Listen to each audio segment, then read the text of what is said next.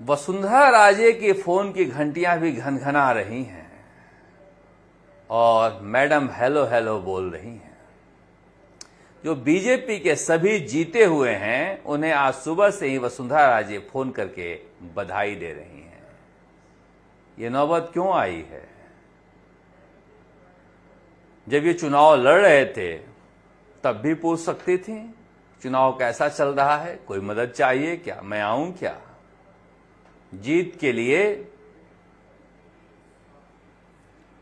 लोगों से कह भी सकती थी, खुद ना आती तो आजकल तो सोशल मीडिया है, सोशल मीडिया के जरिए ही तो चुनाव लड़ा जा रहा है, ललकार वहीं भर देती।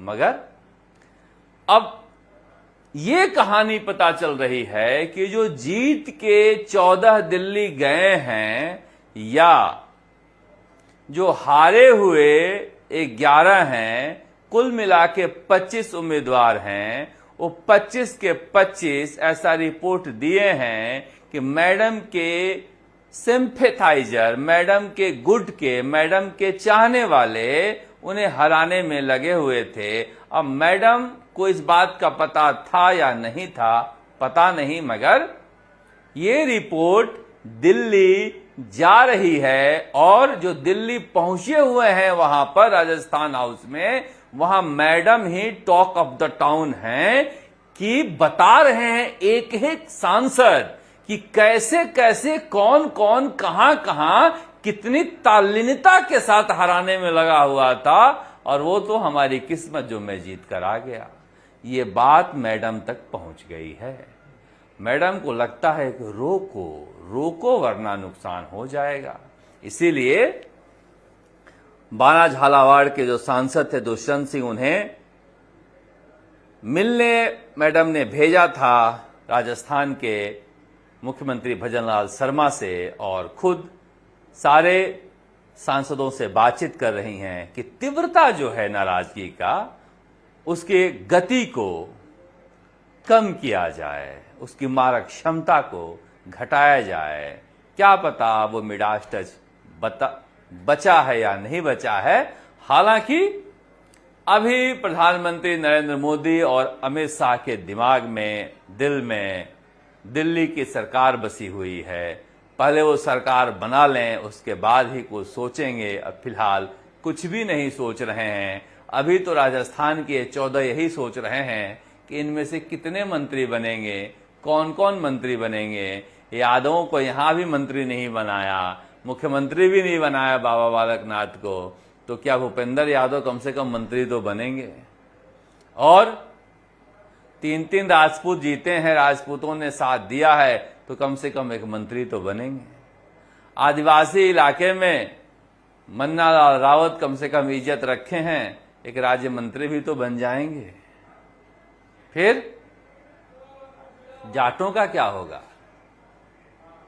क्या जाट भागीरथ चौधरी बनाए जाएंगे मंत्री? क्योंकि देखिए, दुष्यंत सिंह मंत्री बनाए जाएंगे या नहीं बनाए जाएंगे इसे लेकर संशय है, क्योंकि भूमिका जो है वसुंधरा राजे की, उस पर सवाल उठ रहे हैं।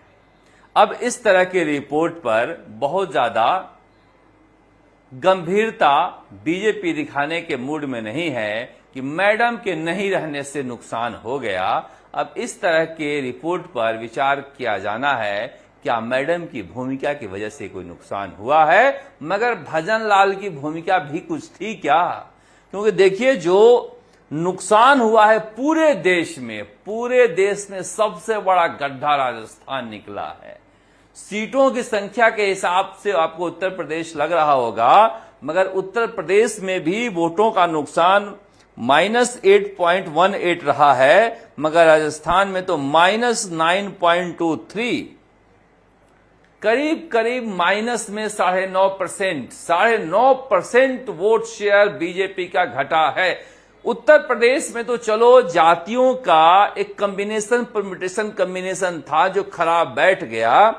वहां पर कभी भी मुसलमान और बड़ी संख्या में यादव जातियां बीजेपी के साथ नहीं थी और अखिलेश ने प्रयोग किया, गैर यादवों को टिकट दिया, यादव वोट ट्रांसफर कराया, मुस्लिम एकजुटता के साथ रहे, बसपा का वोट बटा नहीं, तो इस तरह से योगी का नुकसान हो गया। मगर भजनलाल शर्मा का क्या, यहां पर तो वक्त रहते गुजर, मीणा और जाट वोटरों को साधा जा सकता था। विधानसभा चुनाव के बाद जिस तरह का मंत्रिमंडल बना और मंत्री बना, हम तो रोज ही चीख चीख कर कहते थे, तो ये बीजेपी वाले कहते थे कि बताओ मोदी का करिश्मा चल रहा है और इस पत्रकार को जाति ही दिखती है। अरे ये इस देश में जाति जाति ही नहीं है, जाति आखिरी सच्चाई है। जाति के बिना कोई सरकार बनती ही नहीं है। जब मैं कह रहा था तब भी समझ में आ गया रहता, तो क्या पता तब साध लिए होते, मगर क्या अब साध लेंगे पता नहीं।